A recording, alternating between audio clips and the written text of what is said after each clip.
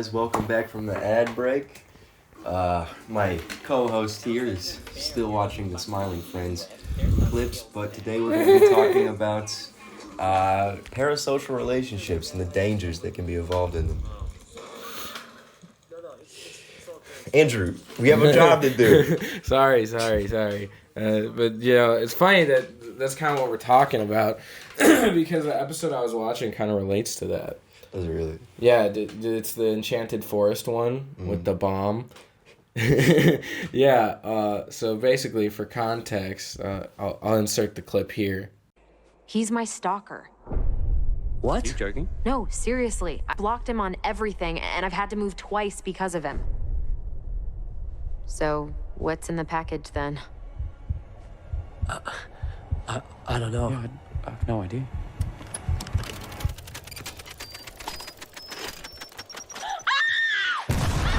Oh my god! There was a bomb the whole time? Okay, welcome back from that. But, that bit with the bomb is actually a reference to an incident that happened in, 1993. A lot of people don't know about this, surprisingly. It happened with Bjork, the singer.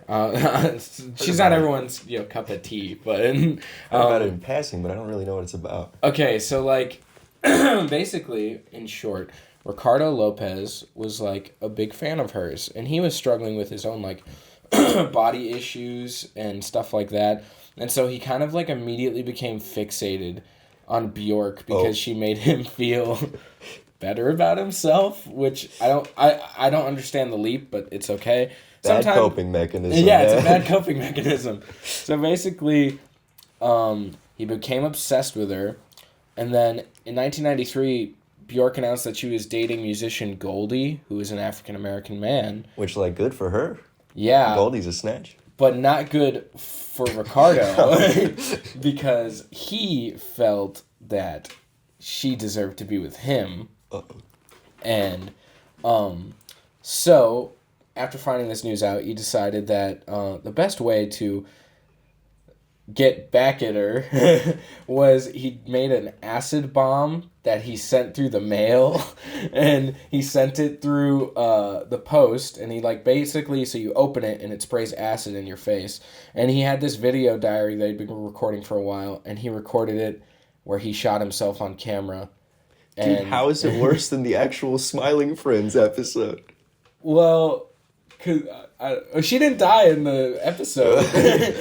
And neither did Bjork, technically. I guess, but acid bomb's terrifying. It is, kind of. But, kind of. Yeah, it is. But so, it's funny because... Not funny, but, it's interesting because these parasocial relationships, and to, define that, basically, a parasocial interaction is defined as, the apparent face-to-face interaction that can occur between media characters and the audience. So, when this was written, it was, written in 1956. It was specifically referring to television. But, basically, it just develops... It's a fascination. Well, I'm going to be honest. Nowadays, it's developed quite far. Whether a person knows it on the internet, TV, any kind of entertainment, they're going to be developing that kind of relationship. And you got to keep very good mind on it to not go crazy like our buddy Ricardo over there. Yeah, because, people constantly post, especially interacting with their fans and stuff. It's that's how they keep their audience. So it's it's crazy. They'll even post good morning updates, yeah, or dinners. People who post daily vlogs, David Dobrik type stuff. Yeah. That's crazy. You get a real insight on their daily life, and I bet it makes this kind of stuff way worse. And it kind of leaves you thinking the person, and it's crazy. But so 3 theories for why these relationships form. There was an article written by Paul Ballantine and Brett A.S. Martin. They were this is, I think, actually part of their grad studies, is they were examining relationships and online economies and media cultures and stuff like that. And so uncertainty reduction theory, so basically it's just saying that as uncertainty decreases, liking increases, and relationships are developed through being able to predict the other's behavior.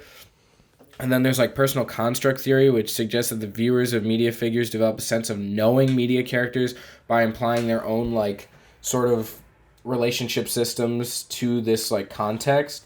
So to put plainly, both... Yeah, because I'm confused. Yeah, sorry. But to basically put it, like, in simpleton terms... Thank you. Both theories infer that these relationships are formed through increased interaction and people attaching, like, familial, like, so, like, like they know who these people are, attaching these feelings to what they're observing in their media consumption. So you're becoming friends and family with people who don't know you. Yeah, you watch Modern Family and you're part of the family. And you suddenly become part of the family. It's like Olive Garden. When you're here, you're family. So is that the only way this kind of stuff happens? Well, there's also social exchange theory, which like this sort of explains that the process of like parasocial interaction is like connecting intimacy and relationship importance to like sort of a cost and reward type thing. Okay. And so like when an interaction with a media personality would have a high reward and low cost exchange, like, why wouldn't they? Oh. Because, like, in their mind, the viewer only seeks to gain from their fascination because their devotion costs, like, nothing. Right, you're not going to get rejection like you might get in real life. Yeah, because they're never going to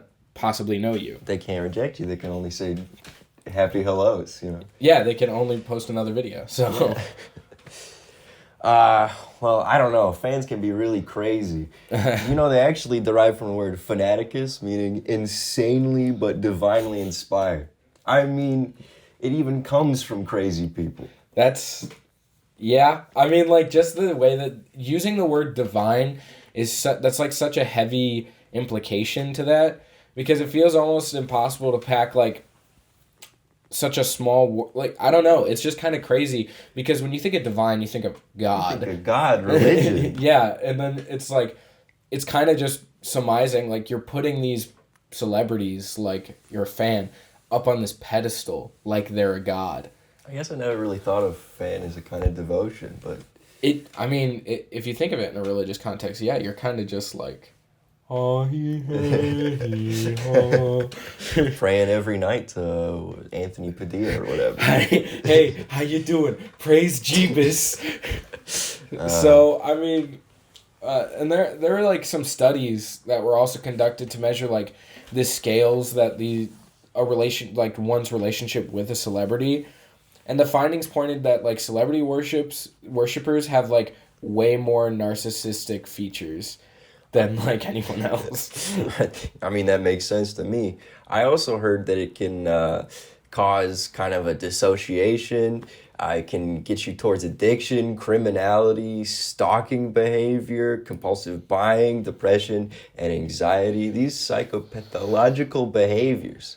This kind of worship. That's a big word, huh? Yeah, it is. Don't worry, I'm learning. Yeah. But, I mean, like, yeah, because, like, when you're putting all this importance on the relationship of, like, this celebrity, you can lean into this stuff without even knowing it, because you're trying to get, A, closer to the celebrity, or B, like, you think that's, like, just what the right thing to do. Like, you're gonna buy all their merch, you're gonna go broke, you're gonna maybe steal something of theirs, like at a restaurant, like the people who go and like look for a used napkin or something. Oh, sell it on eBay. Yeah. Hey, I got Lindsay Lohan's boogie. And like, it's all this care and love I put in quotes because it's like sick, but it's towards someone that can never reciprocate it. Yeah. So yeah, you're gonna get those feelings of depression. You can get those feelings of anxiety. I mean, especially if you take into context like the recent like COVID-19 pandemic, like that shit is crazy. Pardon my language, but you know. I imagine it made a lot of this stuff worse because that's most of your interaction. Yeah, because when we were all home, I remember like, dude, I was on my phone, I was on my laptop consistently. Oh yeah. Because that's like all you had for entertainment. There's no movies coming out. There's like nothing on television. It's all people just talking about like the world is ending, and you're like, well, I don't want it to go end. Hang out with your friends, you know. Yeah, I'm playing Minecraft while watching Twitter, or like I don't know. So like, also like yeah, just with that, and if you think about like how media is developed, like why would I go to like a movie or like watch television when I can just boot up YouTube, watch a video, and then like over time, like as mentioned by like Ballantine and Martin, this interaction, probably not even like consciously, is creating like I'm creating a parasocial relationship with these influencers without even realizing it, because like I'm just watching them every day. I feel familiar with them. I know what they're going to do next time. I feel like I know them. You get a friendly relationship with them. And if that goes unchecked, like, I guess it can get to really scary places. So, like, you know, yeah, because if I know this person and I think I can predict what they're going to post next, then, like, you know, I feel like I'm theirs. Like, I know everything about them. But And so like if you make it a part of your routine, every day you watch this person, like you get that familiarity with them. and with this in mind, I feel like the question has to be asked: what happens when like the influencer doesn't do what the audience thinks they should? What happens when your closest friend suddenly isn't acting like that anymore? When they betray you. That's kind of toxic. That ties into this article that I read that's like making and breaking relationships on social media, the impacts of brands and influencer betrayals. So like, as we talked about, if you're watching these influencers or you're loyal to a brand or whatever, you develop like these expectations or like what you think they should be doing, like how they should act, whatever. And so like, if these brands like are found guilty of like betraying that or like their transgressions are like messing that up, then individuals can kind of feel betrayed.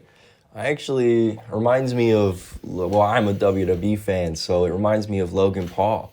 Back in 2017, he got in big trouble for going to that Japanese suicide forest. And I think there's a man up there. yeah, he did that. Yeah, he really he did did that. do that. He got kicked off YouTube, and you know what he did? He went and boxed, did podcasting, and then he main evented, or he was on WrestleMania, making more money than he ever was. Yeah, he has a contract right now, and that's just like, because like, in the eyes of the followers, influence and celebrities are just as much a brand as like other brands.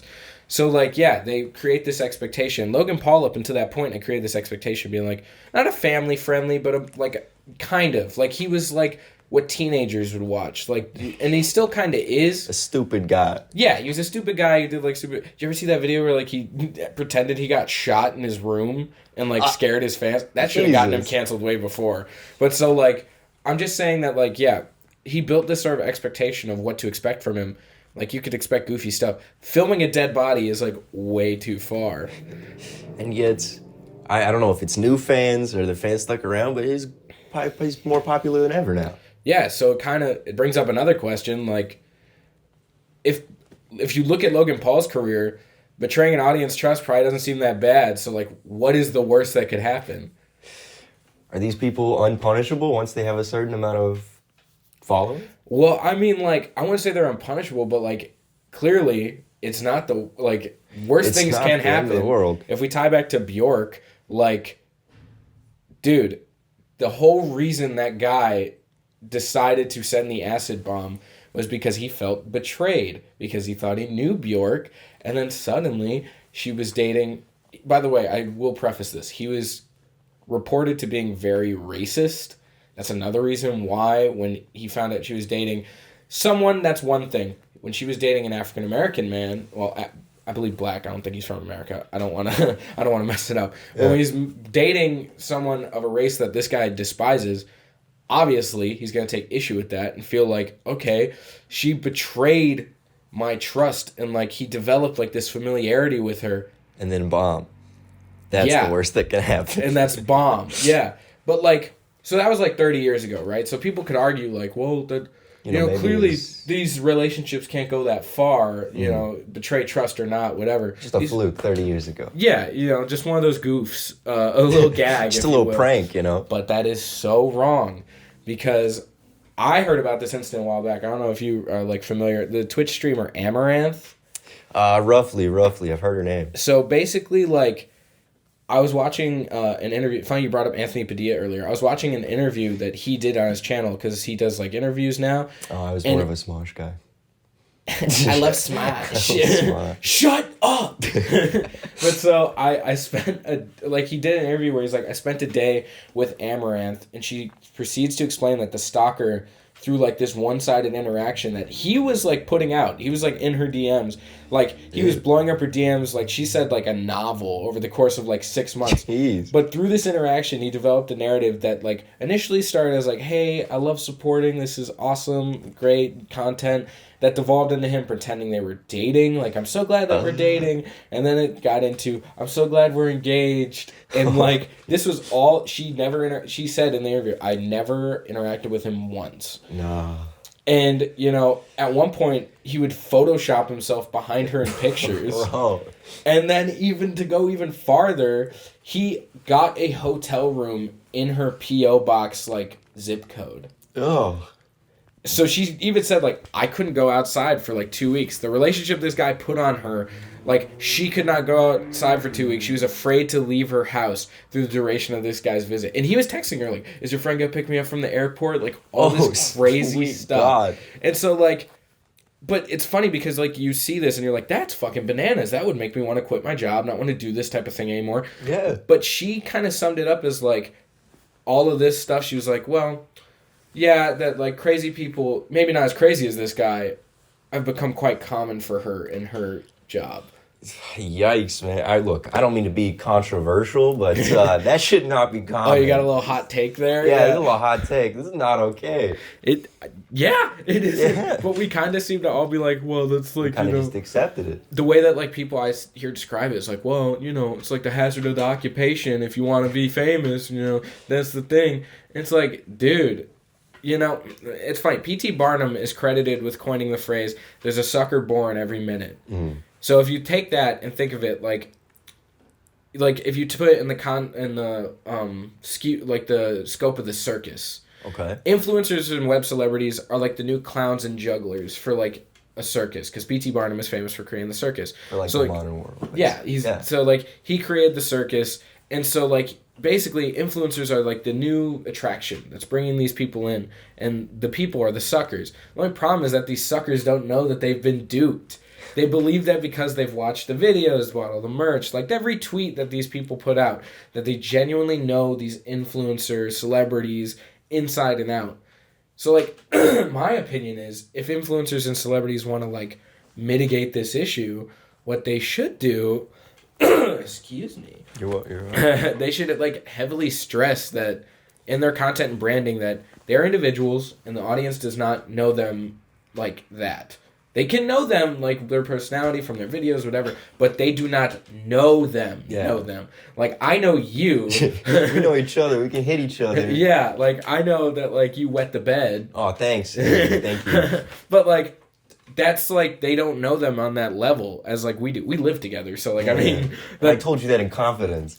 Sorry. Yeah. I'll edit it out. I'm not going to. So, like, if you think about that, like, they should stress that, but I think they won't ever do this because, like, this would more negatively impact, like, their fan base and the relationship with their fans, which would cost them, like, more money and more, like, than they're probably ready to lose. I mean, because their whole job is, like, bringing in people.